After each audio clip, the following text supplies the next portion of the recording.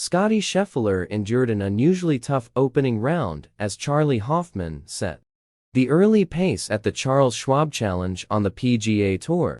World number 1 Scheffler was 7 behind Hoffman after a 2-over par 72 at the restructured Colonial Club, Fort Worth, his first opening round over par of the season, which included his first triple bogey of the year.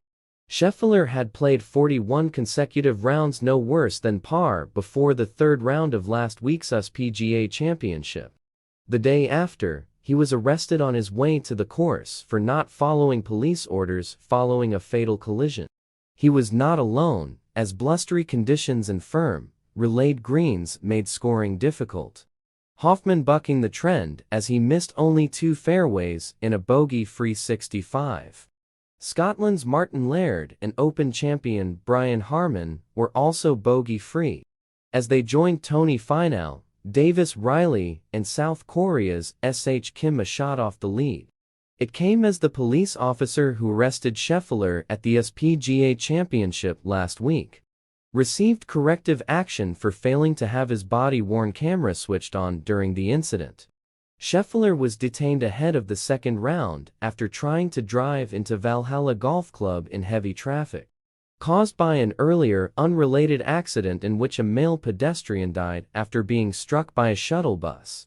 According to the police report, Detective Bryan Gillis stopped Scheffler's car and attempted to give instruction to the Masters champion and world number 1.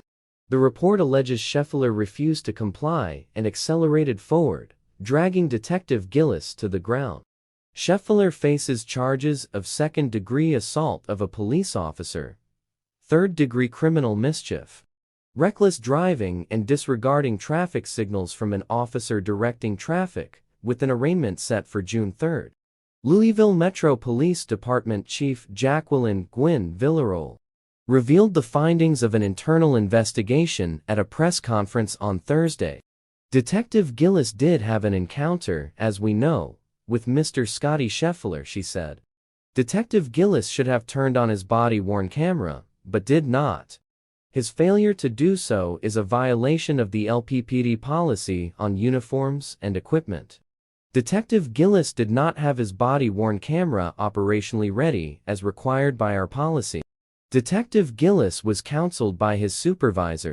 We understand the seriousness of the failure to capture this interaction, which is why our officer has received corrective action for this policy violation.